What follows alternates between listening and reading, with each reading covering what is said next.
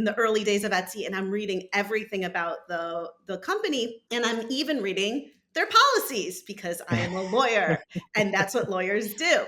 And a little light bulb went off in my head and I was like, I think we need to tweak these a little bit. So I wrote to their generic inbox and I said, I'm a lawyer and I have a couple ideas. And one thing led to another. And I got on a phone with the CEO and founder. We had a really nice conversation about business, about the law. And when I hung up the phone, it occurred to me that they didn't have an in-house attorney. And I was living in Rochester, New York at the time. And I thought, okay, why not?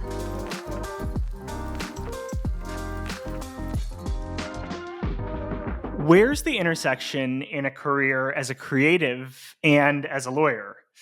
What stories would you tell if you were writing a play about your career in startup law? And how do you go and convince some accomplished actors to sign up to perform it Off-Broadway? Today, we are joined on the Abstract by Sarah Feingold. Playwright, creative, and lawyer. She is the mind behind Dirty Legal Secrets, which has its initial run off-Broadway coming up October 17th to 27th. She also teaches media law at NYU Law School and advises a number of startups as a board member at Chloe Capital. Previously, Sarah had an accomplished career, successful career as a full-time startup lawyer. She was the first lawyer at Etsy and their 17th employee. She was also the first general counsel at Vroom. And if that's not enough, she's a jewelry designer on the side. Sarah, thanks so much for joining me today for this episode of The Abstract. Thanks for having me. Okay. When we were talking and getting to know each other a little bit, you said you consider yourself to be a creative first and foremost, as opposed to a lawyer who happens to be creative. So tell me about how you found your way to law school.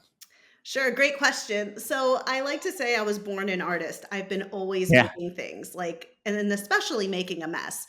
So when I was in college, I took as many metalsmithing classes as there were available. And I started thinking about how could I protect myself? I made a piece of jewelry. What could I do to make sure no one copied it? That's what led me to law school. And even before I took my first law school class, I had this idea that I was going to help creatives like myself through my practice of law.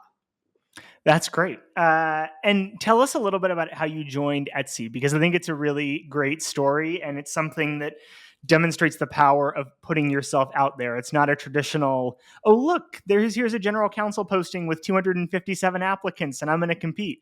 That is definitely not what happened.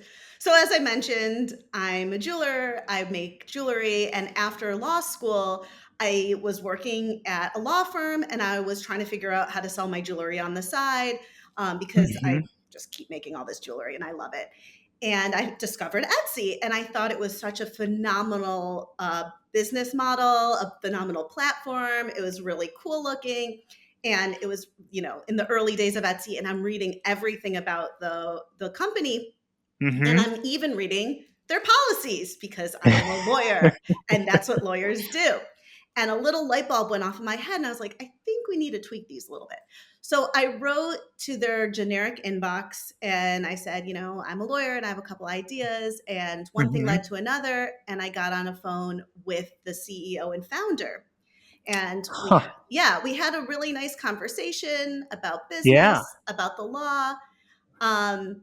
And when I hung up the phone, it occurred to me that they didn't have an in-house attorney.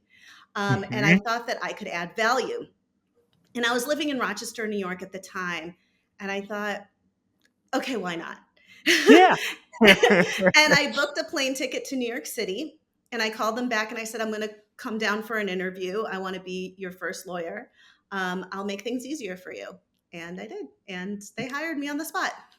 And you had a great run there. Really cool to be at a company like that so early. I would even say being hired as the 17th employee is probably relatively early in most companies' life cycle to bring a lawyer on board. Yeah, Yeah. I mean, tell us what the early days there were like too. Like, what all did you have to build? Everything. I mean, listen, when you're one of the early employees, especially as a lawyer, you're going to have to show value add. Why would they pay my Hmm. salary when they could pay for a marketing person, right? When they Right. could pay for somebody to build the website? Why are they going to Right. pay for a lawyer? So I really had to make a business case for myself. And as for the early days, it's doing everything, right? Like there's no job description. There is really just like take things and run with it and really try to understand the priorities of the company. What's their Hmm. profile? What are some of our goals? And how can we do things in such, how can I say yes, right? These are Right. really entrepreneurial, creative, awesome people with great ideas. How can I say yes so that we all feel comfortable and we can have a great company?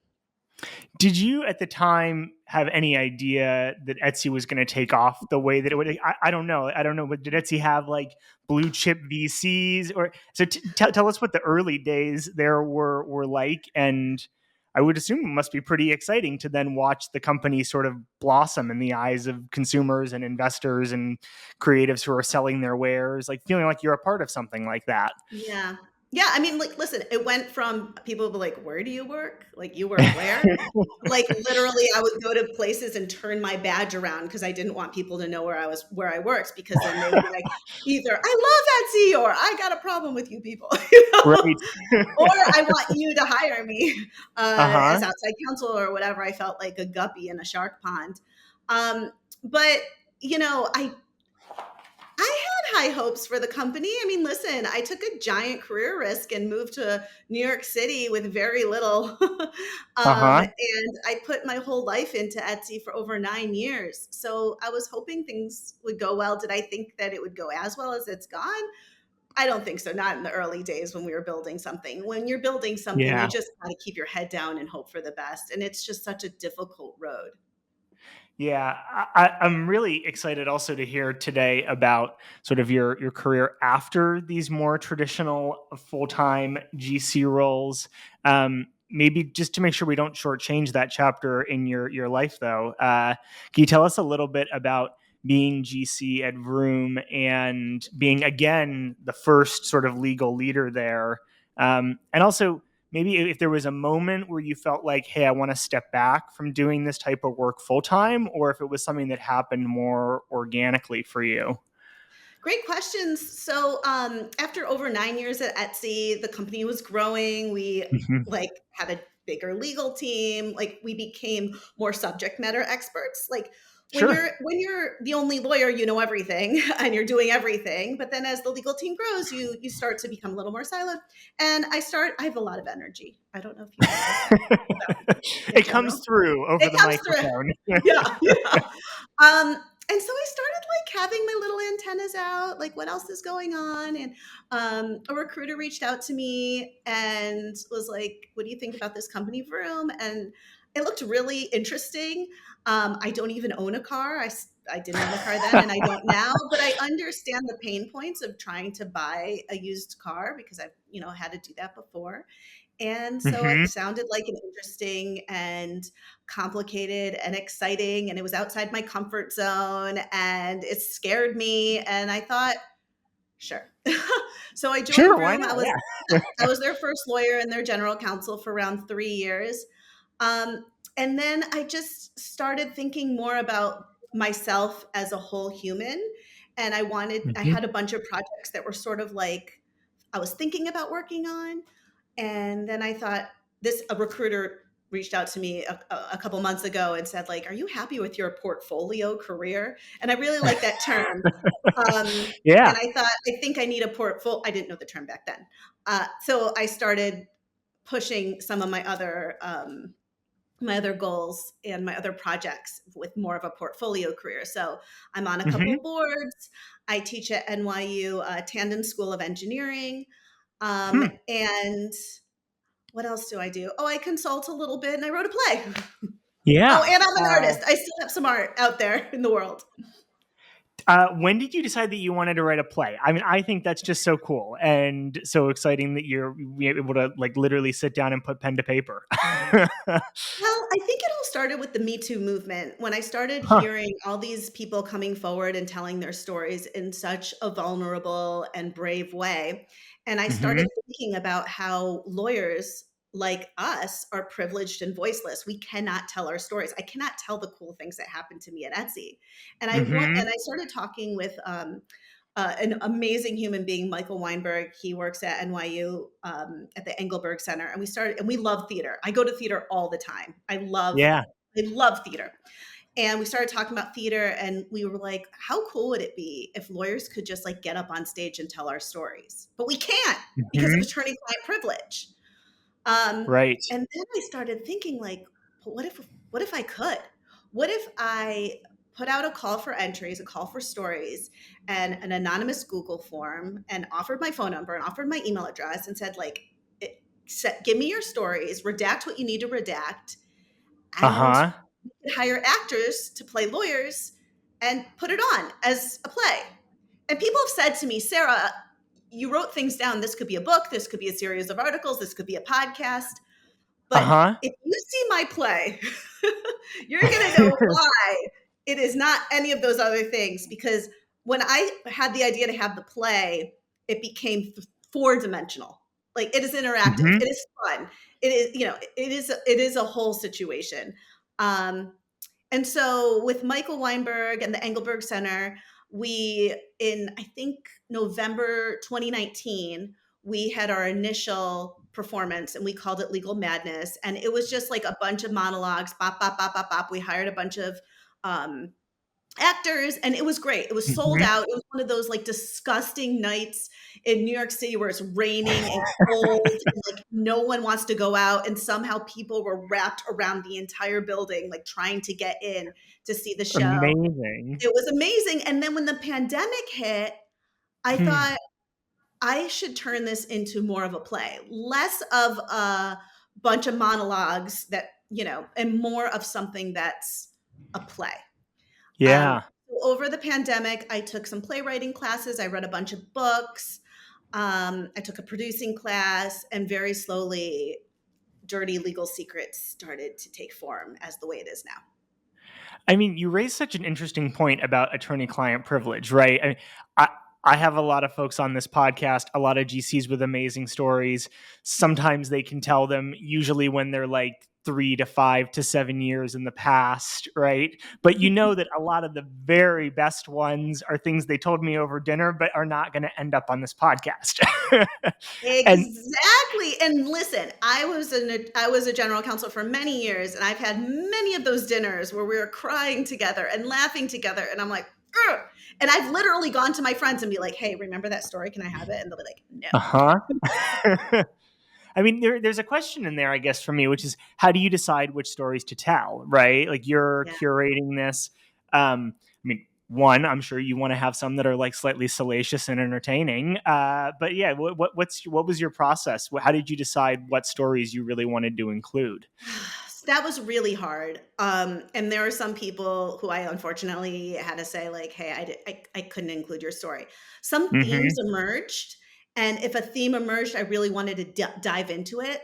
I was looking for stories that were unique, that we maybe haven't heard before, that were Hmm. absurd, that kind of had some sort of law in there that I thought would be entertaining. But I'm really trying to bring the audience on a roller coaster ride in the Hmm. show. So yeah, some of the stories I just couldn't fit in, and I don't want anyone to go to listen. I could have put them all in the show, and we would have been in the theater for 12 hours. I Right. didn't want that either, right? I only needed to take the best of the best and the ones that I felt that were I could tell in a way to do it justice that fit in Hmm. with the rest of the stories that I was telling. Yeah, it's like it's almost curatorial in a way, Right. right? I mean, you and I could sit here on this podcast episode probably and talk for 6 hours, and we could spend an hour and a half just on your time at Etsy. But what I'm really curious about is being a playwright, Thank because you. that's something that I've never had a guest on like that before. Um, tell us when you were getting started and you were writing the first draft of this play. I mean, what's that like? How do you get the first draft done? I think a lot of people are going to listen and say, oh, I would love to write a pilot for a TV show, or I'd love to maybe consider writing a book, but then they think like, okay, but how do I get from here to there, having this whole thing Right. done? Yeah. Right. Well, I think especially lawyers, like we have this perfectionist tendencies in our head. And also Yeah. as humans, we walk around the world and if we go to a Broadway show or an off-Broadway show, we see like the best of the best. So we're kind of holding ourselves up to that standard. So Mm-hmm. between the perfectionist tendencies and seeing things that are out in the universe where these playwrights have dedicated their entire careers to honing their craft, if Mm-hmm. you want to do something as a brand new newbie, do it. You got to get the bad first draft out of your system because Yeah. I promise you, the stuff that we're seeing on the stage has been years, decades in the making. And it started with a really awful first draft. So if you have an Mm-hmm. idea in your head for anything, just get it out of your system. Get a really bad, ugly, horrible first draft. Typos, don't format it right, just Uh-huh. get it out of your system. um, and don't get bogged down on the details. That'll come later.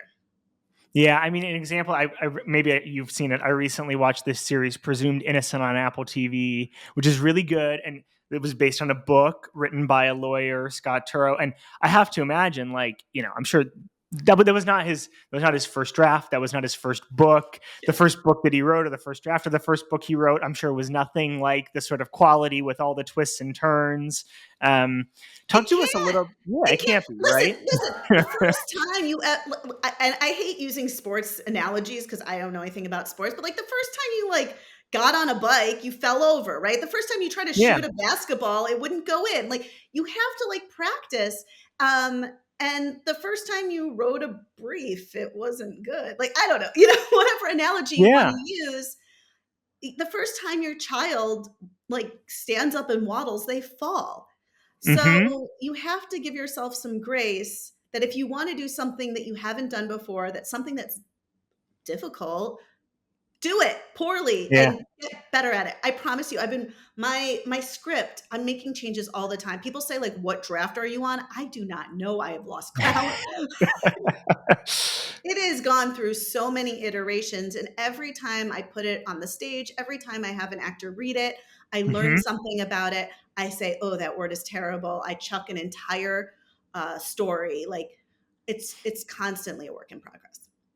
Did you find that process of going out then and finding actors to perform it, and director to help, and the stage and stuff, did that all come very naturally, or did you really enjoy that process, or was it really scary? Yeah, tell us a little bit It's about that. impossible. It's impossible. So I didn't know anything about this industry when I decided I was a playwright. I think I like literally Uh-huh. went on LinkedIn and was like, I'm going to call myself a playwright. Done. Like, I wrote a play. Done. Um, so there are a couple ways to go about producing a play. One is self-producing, where you go hire everybody and you write all the checks and you do all of that. And that's really difficult and it's expensive. And Sure. you're basically the boss and it's your vision. And my thought was, I don't have the vision. I don't want to be the boss because that's not my area of expertise, right? Yeah. So thankfully, the past couple of performances that we've had, and we've had really this will be the third major um, accomplishment, major milestone of this show. I have had amazing people who have stepped up and used their skills. So the first big thing that came out of this script was I had a blind submission, and Jeff Daniels' theater did a reading on Zoom. Oh, And Jeff, wow. yeah, and Jeff, they chose my script out of like hundreds of scripts that were submitted. And actually, Lucas Daniels, Jeff Daniels' son, was the director. So it was one of those, Cool. just cold submissions. I didn't know anyone, and they chose my script, and they found the actors, and they found the director, and it was a collaboration where, like, we had some conversations and changed some of the script, but it was really the director's vision. And in this Hmm. case, for this Off Broadway premiere, I'm working with an amazing group called Celanova, productions, and they have taken over, and they found a director, and they're working with the cast because that's their expertise. It's not mine. Mm-hmm. How do you hire an actor? I can figure Right. it out, right? We can figure these things out, but why? When there are people who can do it for you.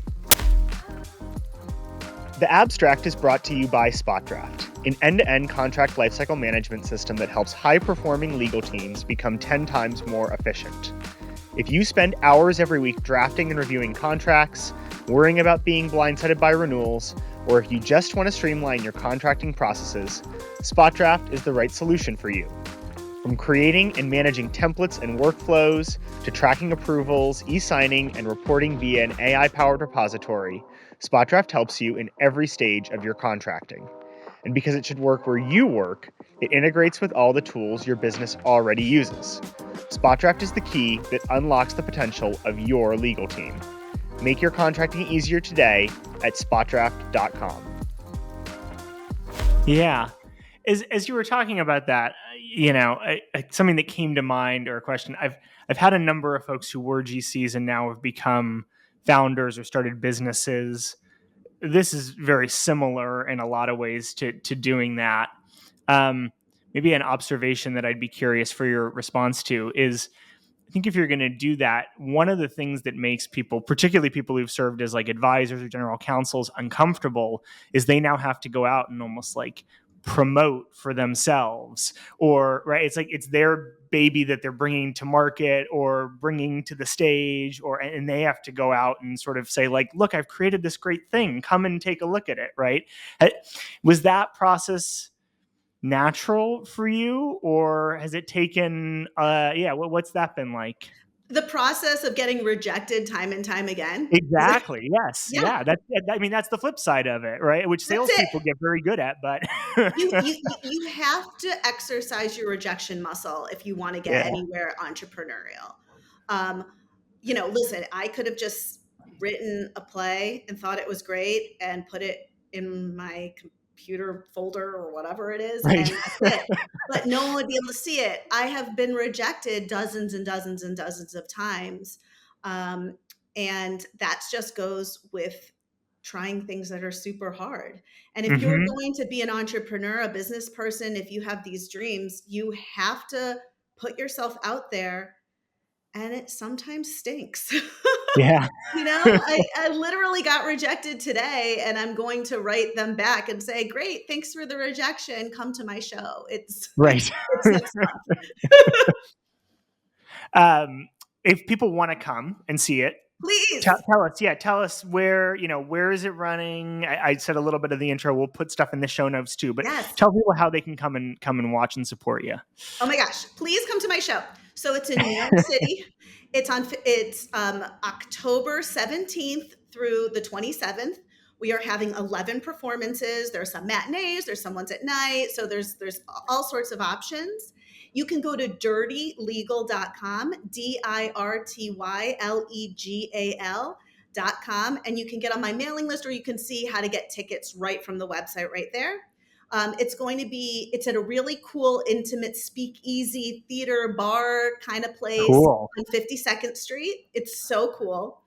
And it'll be a really great time. You don't have to be a lawyer or even know anything about law to just have a fun time. I want people to come and enjoy themselves. And so bring your friends and your families. Of course. And outside counsel, bring people you want to sue. Don't bring your kids. Don't bring your kids, but bring everyone else. Only one rule. Yeah. Okay, I'm not done with questions though, but I want to No. make sure. Yeah, we got that in. What are your hopes for Dirty Legal Secrets? Like, do you want it to be a TV show? Do you want another run? Like, what's going to happen to it? Yeah. So listen, every step of the way, the script gets better and better. I learned some new things. And I would just love it if we had another round of this. I would love it if people sell out the show and I get a little bit of buzz, and maybe we could take this to a bigger theater. Maybe we can tour it. Maybe I can take it to a different audience. I would like to continue. I see for this show, I think it's a really great show, and I can see a lot of different paths for it to succeed. I always joke, sort of joke, that I love a Tony. Like, let's do it. I've never seen lawyers like me on the stage told an authentic way, and Yeah. this is as authentic as you're going to get. I'm working on some other projects. I am working on a television pilot.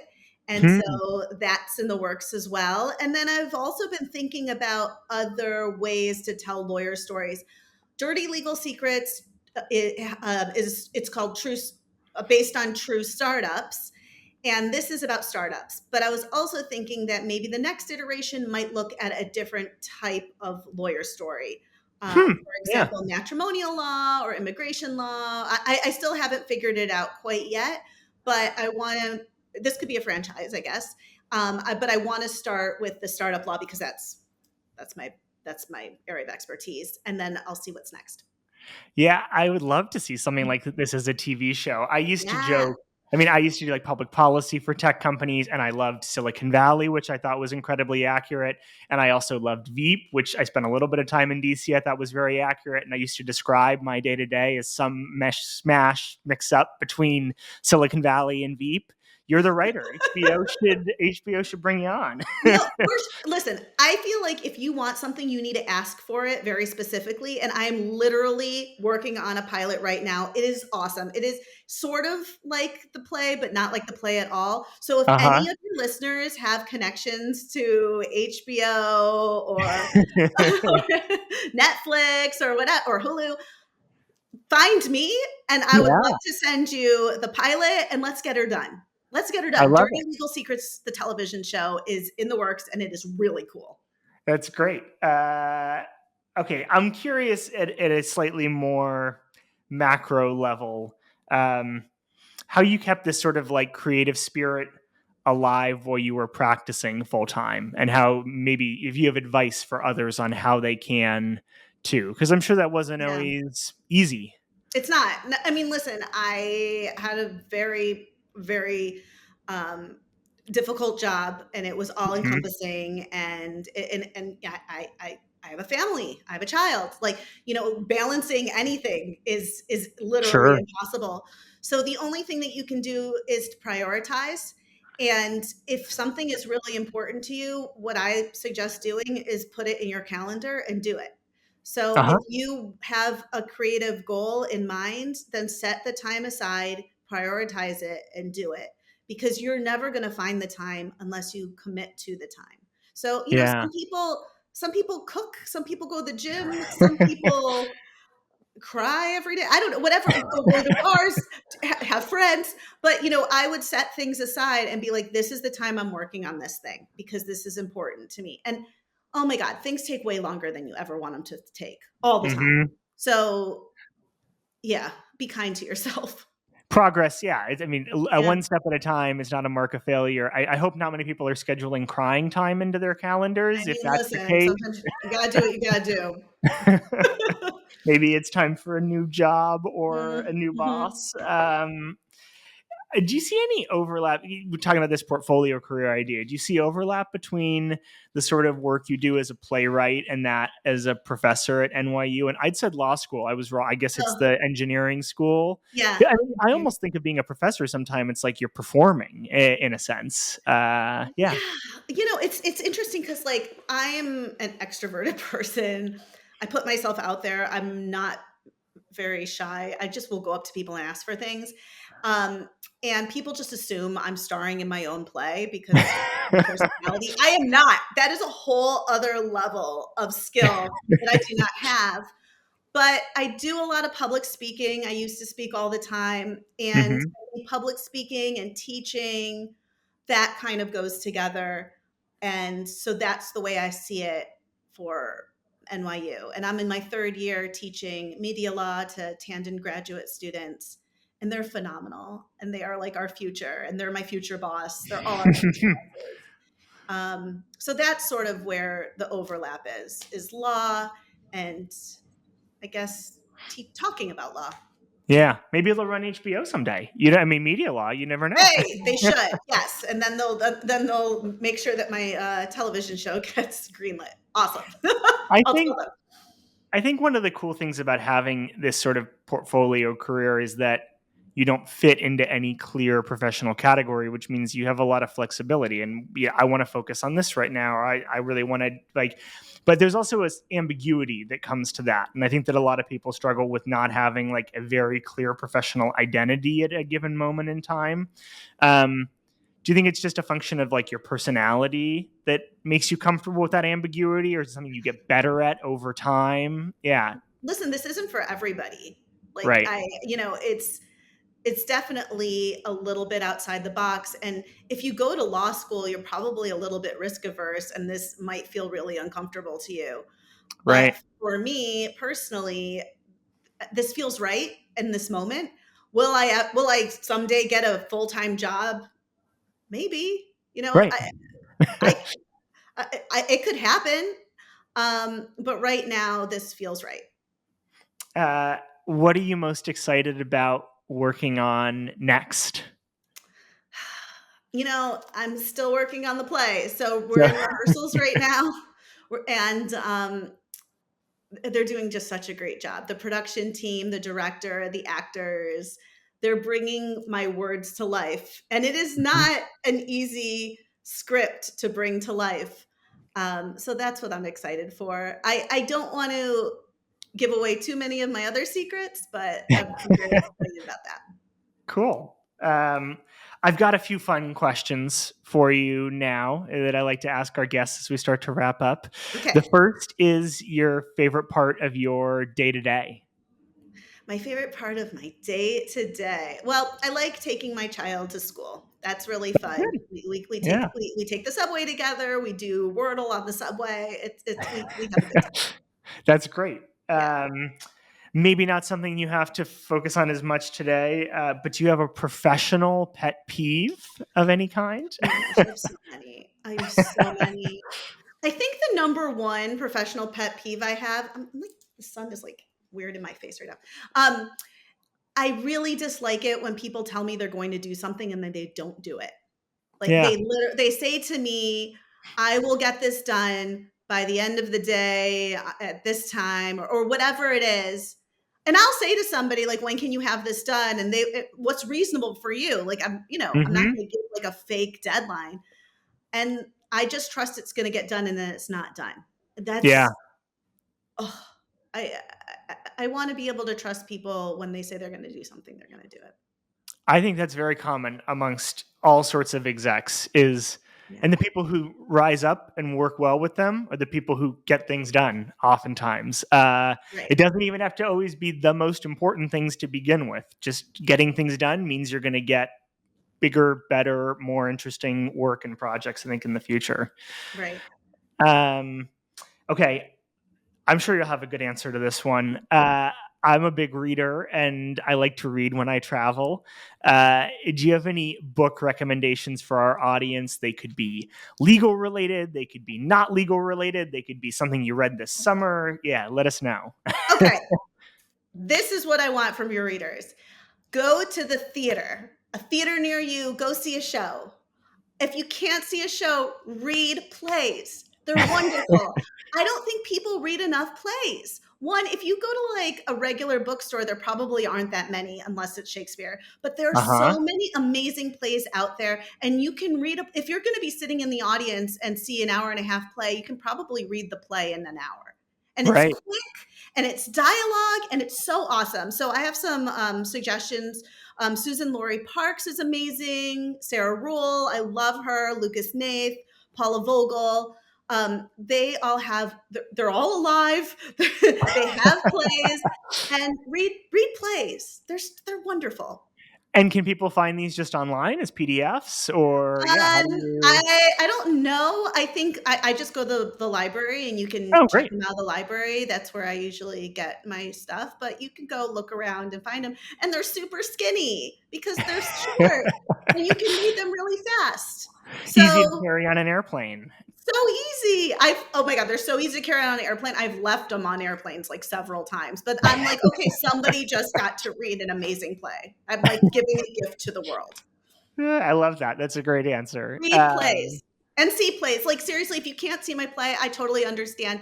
The theater industry is really, really struggling. There's Mhm. amazing theater all over the world. Go to the theater. Great, great answer to that question. As we start to wrap up, my final question for you, my sort of traditional closing question for our guests, is if you could look back on your days as a lawyer, just getting started, something that you know now that you wish that you'd known back then. Yeah, you don't have to do everything yourself. I Hmm. definitely, for a very long time, was very hard on myself and tried to do everything myself. And even now, still doing it a little bit. But I think I would tell myself, like, you don't have to do everything yourself. That's great. Great advice, and probably something I could learn from too. Yeah. uh, Sarah, thank you so much for joining me for this episode of The Abstract. And I hope at least a few of the folks who are out there who are in New York City or traveling through New York City check out your play later in October. Thank you. Thanks for having me. And to all of our listeners, besides going to Sarah's play, hope you enjoyed this episode, and we hope to see you next time.